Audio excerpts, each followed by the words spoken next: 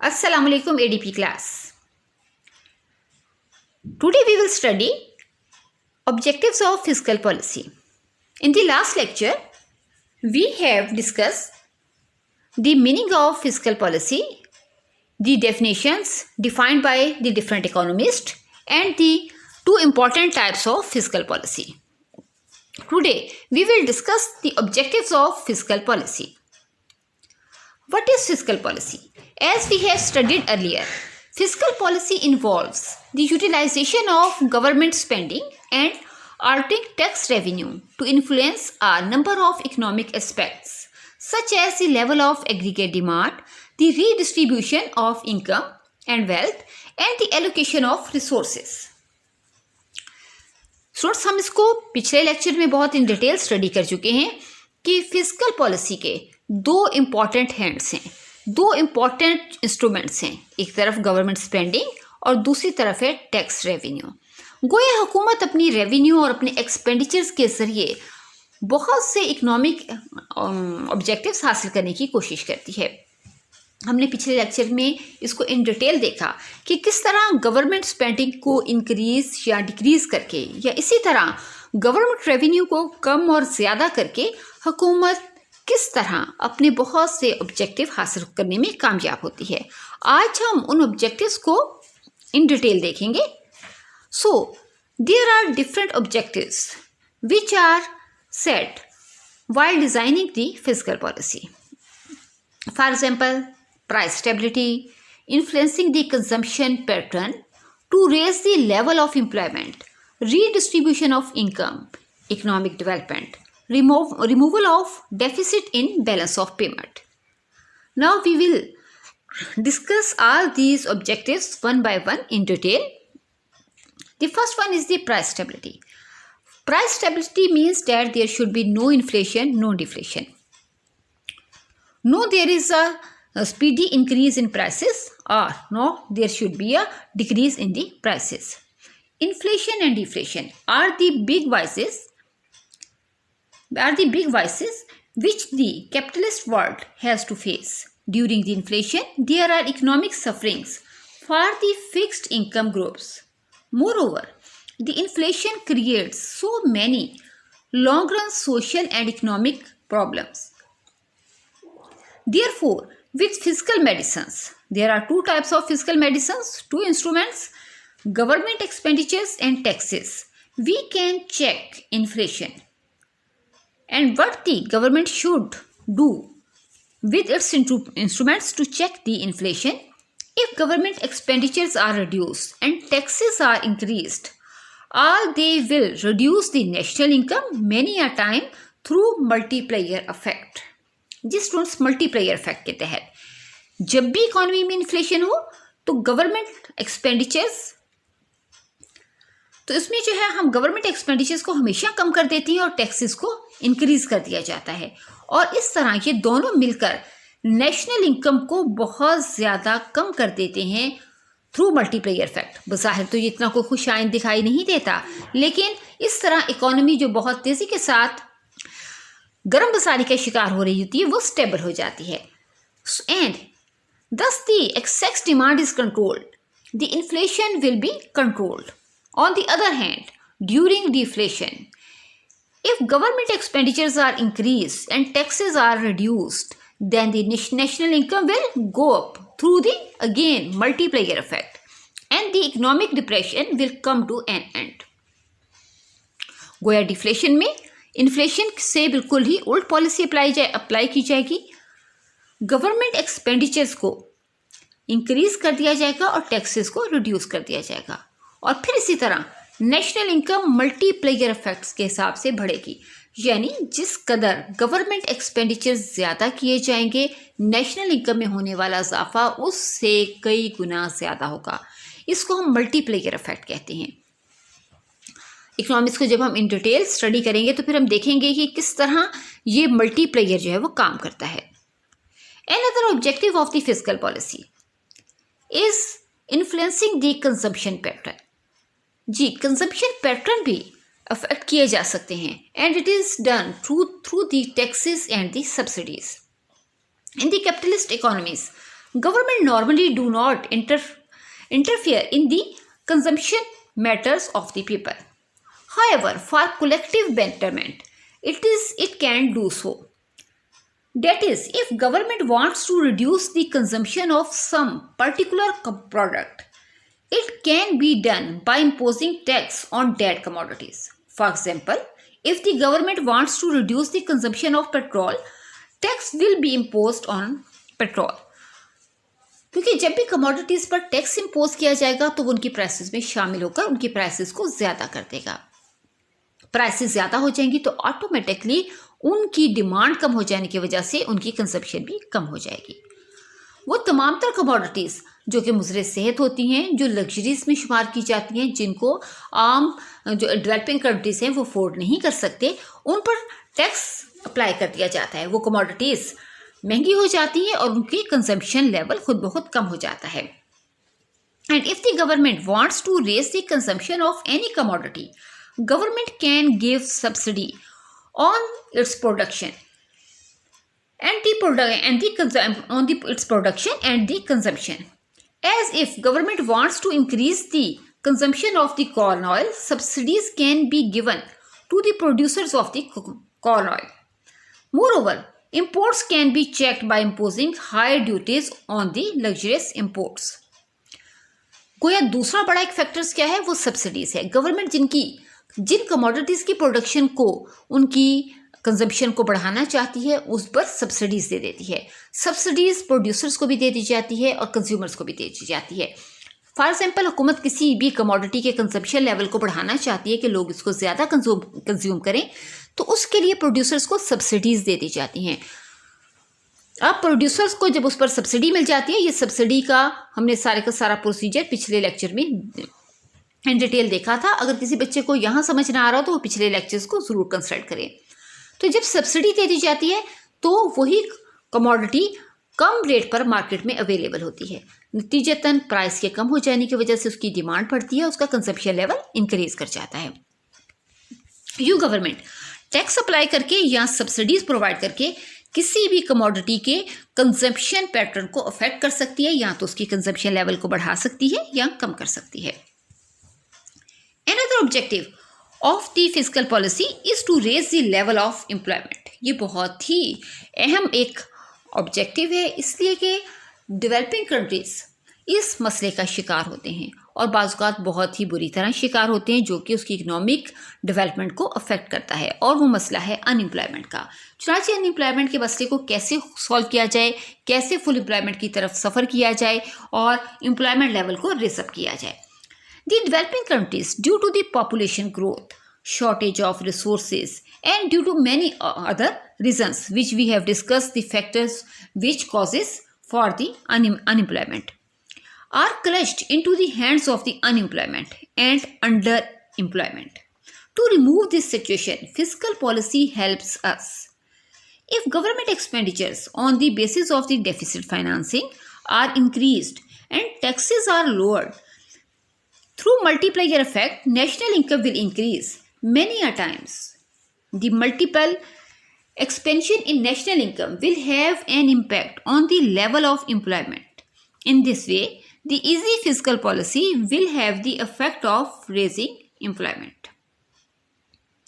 Government मुख्तलिफ किस्म के अगर प्रोजेक्ट शुरू कर दे ताकि ज़्यादा जॉब अपॉर्चुनिटीज़ क्रिएट हो सकें, एम्प्लॉयमेंट की ज़्यादा जो है वो अपॉर्चुनिटीज़ पैदा हों, नतीजतन जब हुकूमत टैक्सेस को कम कर देती है और अपने गवर्नमेंट एक्सपेंडिचर्स को बढ़ा देती है, बहुत सारे डेवलपमेंट और नॉन डेवलपमेंट एक्सपेंडिचर्स शुरू कर देती है, प्रोजेक्ट शुरू कर देती है, तो ऐसी सूरत हाल में नेशनल इनकम बढ़ती है और मल्टीपल इफेक्ट के साथ बढ़ती है. यानी जितने एक्सपेंडिचर्स किए गए होते हैं उससे कई गुना ज़्यादा नेशनल इनकम में इजाफा होता है.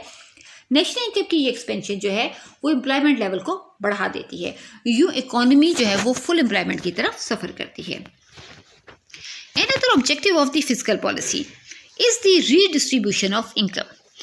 In UDCs, underdeveloped countries, less developed countries या underdeveloped countries, low per capita income is accompanied by the great inequalities in income distributions. ना सिर्फ ये कि वहाँ पर कैपिटा इनकम यानी फ़िक्स आमदनी बहुत कम होती है, बल्कि इसके साथ साथ वो ममालिक इनकम डिस्ट्रीब्यूशन में बहुत ज़्यादा अनइक्वल डिस्ट्रीब्यूशन यानी अनजस्ट डिस्ट्रीब्यूशन या इनइक्वालिटीज़ का शिकार होते हैं। यानी इकोनॉमी वाज़ेह तौर पर दो हिस्सों का शिकार होती है। एक तरफ तो बहुत अमीर तबका होता है जो कि अमीर से अमीर तर होता चला जाता है, और दूसरी तरफ गरीब तबका होता है जो कि मज़ीद गुर्बत का शिकार हो रहा होता है।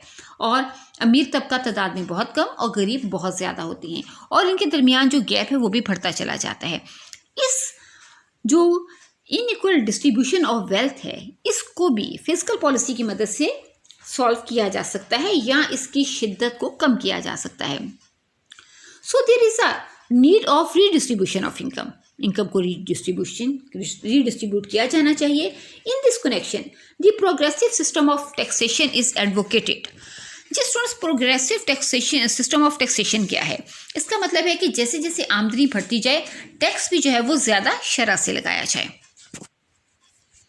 जिनकी इनकम ज़्यादा है उन पर टैक्स ज़्यादा, और जिनकी इनकम कम है उन पर टैक्स जो है वो निस्बतन कम शरह से लगाया जाए। On the other hand the flow of the expenditures to the poor be increased. They be provided with free housing, medicals and education facilities again. The poor be given subsidies and tax exemptions. This will reduce the inequalities in income distributions. गोया सबसे पहले बात कि किस तरह income को जो है इनकम डिस्ट्रीब्यूशन को इक्वल किया जाए आवाम के दरमियान। इसके लिए सबसे पहली बात तो प्रोग्रेसिव टैक्सेशन सिस्टम है। अमीरों पर टैक्स ज़्यादा शरह से लगाया जाए और गरीबों पर कम रेट से लगाया जाए। और इसी तरह जब सब्सिडीज़ की बारी आए तो वो तमाम तर कमोडिटीज़ जो कि गरीब लोग इस्तेमाल करते हैं यानी कि ज़रूरत ज़िंदगी वगैरह, उन पर सब्सिडीज़ दी जाएँ, जबकि वो तमाम तर कमोडिटीज़ जो कि ज़्यादातर अमीर तबके के इस्तेमाल में आती हैं और गरीब उनको इस्तेमाल नहीं करते, जैसे लग्जरीज कमोडिटीज़, उन पर हैवी टैक्सेशन कर दी जाए।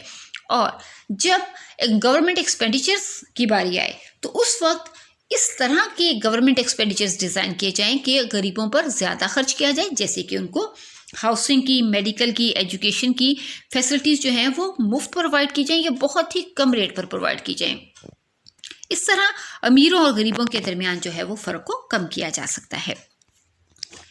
Another objective of the fiscal policy is the economic development. It is a process whereby the real national income and per capita income of the country increases over a long period of time.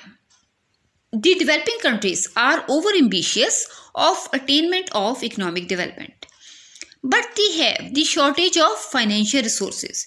In this connection, easy fiscal policy, consequent upon reduction in taxes, increase in government expenditures, and granting the subsidies to the producers can be adopted. This will provide incentives to the producers to increase investment. Over the process, once the process of increased investment starts, through multiplier effect, national income will increase many a times. वो economic development चूँकि आज हर मुल्क के सामने है, वो तमाम तर ममालिक जो कि इकोनॉमिक डेवलपमेंट का टारगेट हासिल कर चुके हैं, जैसे डेवलप्ड कंट्रीज़, वो चाहते हैं कि इकोनॉमिक डेवलपमेंट को बरकरार रखा जाए, और वो ममालिक जो कि गरीब ममालिक हैं, LDCs, लेस डेवलप्ड कंट्रीज़ या डेवलपिंग कंट्रीज़, उनके सामने मकसद ये है कि इकोनॉमिक डेवलपमेंट के टारगेट को हासिल कर लिया जाए। गोया कोई इसको हासिल करना चाहता है, कोई इसको बरकरार रखना चाहता है। चाची इसके लिए फिस्कल पॉलिसी बहुत ज़्यादा इफेक्टिव है, क्योंकि फिस्कल पॉलिसी अपने दोनों बड़े इंस्ट्रूमेंट्स को इस्तेमाल करते हुए, जैसे कि टैक्सेस और गवर्नमेंट एक्सपेंडिचर्स को इस्तेमाल करते हुए इकोनॉमिक डेवलपमेंट का टारगेट हासिल करने में मददगार साबित हो सकती है। सबसे पहले तो हुकूमत डायरेक्टली भी कंट्रीब्यूट कर सकती है, यानी आगे बढ़कर हुकूमत गवर्नमेंट एक्सपेंडिचर्स इस तरह डिज़ाइन करे कि हुकूमत मुल्क की इकोनॉमिक डेवलपमेंट में वो हेल्पफुल हों, जैसे मुल्क में इंफ्रास्ट्रक्चर तामीर करना, ज़मीनी, आबी और हवाई रस्तों का एक जाल बिछा देना, और मुल्क में पूरे का पूरा इंफ्रास्ट्रक्चर तामीर करना। और फिर इसके अलावा इनडायरेक्टली भी प्रोड्यूसर्स और इन्वेस्टर्स और ट्रेडर्स को बहुत सारी सहूलियात फराहम करे, उन्हें टैक्सों में जो है वो कंसेशन दे दे, उन्हें सब्सिडीज़ प्रोवाइड करे, गोया ऐसी एक फ़ज़ा पैदा करे कि जहाँ इन्वेस्टमेंट को जो है वो इंसेंटिव मिले, और नतीजतन इकॉनमी में जो है वो तेज़ी के साथ इकोनॉमिक एक्टिविटीज़ डेवलप हों, नेशनल इनकम बढ़े, और नेशनल इनकम में होने वाला इजाफा इकॉनमी को इकोनॉमिक डेवलपमेंट की तरफ ले चले। The last objective of the fiscal policy is the removal of deficit in balance of payment. अगर किसी मुल्क का बैलेंस ऑफ पेमेंट जो है वो डेफिसिट हो जाए, बैलेंस ऑफ पेमेंट डेफिसिट कैसे हो जाता है ये हमने बैलेंस ऑफ पेमेंट के लेक्चर में स्टडी किया था, लेकिन बहरहाल इसको हम दोबारा यहाँ देख लेते हैं।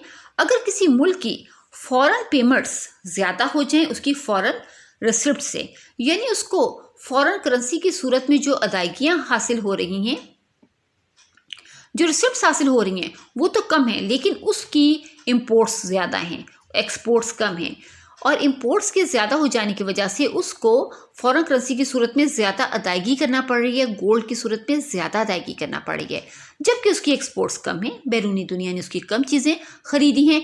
नतीजतन एक्सपोर्ट्स के कम हो जाने की वजह से उसको बैरूनी दुनिया से जो गोल्ड की सूरत में और कीमती करेंसियों की सूरत में अदायगी हासिल हो रही है, रिसिप्ट्स हासिल हो रही हैं, वो नतीजतन कम है। इस तरह गोल्ड और कीमती करेंसियों का आउटफ्लो ज़्यादा है और इनफ्लो कम है, नतीजतन उस मुल्क का बैलेंस ऑफ पेमेंट डेफिसिट हो जाता है। चाहे ऐसे सूरत हाल में किसी मुल्क के लिए जो है वो फॉरेन एक्सचेंज की डिमांड ज़्यादा हो जाती है फॉरेन एक्सचेंज की सप्लाई से, और नतीजतन बैलेंस ऑफ पेमेंट क्या हो जाता है, वो डेफिसिट चला जाता है। इस सूरत हाल में जो है वो फिजिकल पॉलिसी किस तरह जो है वो आपकी मदद कर सकती है ताकि इकोनॉमी को इस सिचुएशन से निकाला जा सके, because this situation shatters the economic life of the country. Accordingly, needs to remove it. In this connection, if the government use a strict fiscal policy, desirable results can be obtained. The strict fiscal policy. What is the strict fiscal policy? A policy in which the reduction in government expenditures and increase in taxes are designed, which will reduce the national income through multiplier effect. Hence, there will be a deflationary tendency in the economy. Prices will fall and exports will increase. But on the other hand, due to the deflation, a country's income fall and it will reduce the import of the country. Ultimately, the balance of payment position is improved. गोया government expenditures इसमें आमतौर पर हमेशा जो है वो कम कर दिए जाते हैं और टैक्सेस में इजाफा कर दिया जाता है। इसके नतीजे में इकोनॉमी की जो है वो एक्सपोर्ट्स बढ़ जाएंगी, जबकि इकोनॉमी में जो है वो इंपोर्ट्स इसलिए कम हो जाएंगी क्योंकि इकोनॉमी की जो इनकम है वो कम हो जाएगी। इनकम में कमी की वजह से लोगों की परचेजिंग पावर कम होगी, जिसकी वजह से वो ज़्यादा मिकदार में कमोडिटीज़ को इंपोर्ट नहीं कर सकेंगे, इंपोर्ट्स कम हो जाएंगी और एक्सपोर्ट जो है वो बढ़ने का ट्रेंड रखेंगी, क्योंकि हमारे मुल्क में एक डिफ्लेशन का ट्रेंड होगा। एक्सपेंडिचर्स के कम कर देने की वजह से और टैक्सेस के बढ़ा देने की वजह से जब इकोनॉमी में एक डिफ्लेशन की कैफियत आएगी तो ऑटोमेटिकली प्राइसेस भी कुछ कम होना शुरू हो जाएंगी। कम होती हुई प्राइसेस लोगों के लिए, बैरूनी दुनिया के लिए हमारी कमोडिटीज़ को सस्ता कर देंगी, नतीजतन एक्सपोर्ट्स तो बढ़ेंगी, लेकिन हमारे मुल्क की इंपोर्ट्स इसलिए कम हो जाएंगी क्योंकि लोगों की परचेजिंग पावर कम हो जाएगी इनकम के कम होने की वजह से। लेकिन ये पॉलिसी यानी स्ट्रिक्ट किस्म की physical policy balance of payment को के डेफिसिट को रिमूव करने के लिए आमतौर पर इतनी पसंदीदा नहीं होती, क्योंकि ये इकोनॉमी में जो है वो एक डाउनवर्ड ट्रेंड लेकर आती है और इकोनॉमी पर नेगेटिव इफेक्ट डालती है। लेकिन बहुत मजबूरी के आलम में भी आमतौर पर ये पॉलिसी अडॉप्ट कर ली जाती है। जी स्टूडेंट्स, ये 6 जो हैं वो ऑब्जेक्टिव्स हैं फिजिकल पॉलिसी के, और फिजिकल पॉलिसी के इन इंस्ट्रूमेंट्स की मदद से जिनको हमने पिछले लेक्चर्स में स्टडी किया था, वो 5-6 इंस्ट्रूमेंट्स, उनकी मदद से हम इन ऑब्जेक्टिव्स को हासिल करने की कोशिश करते हैं।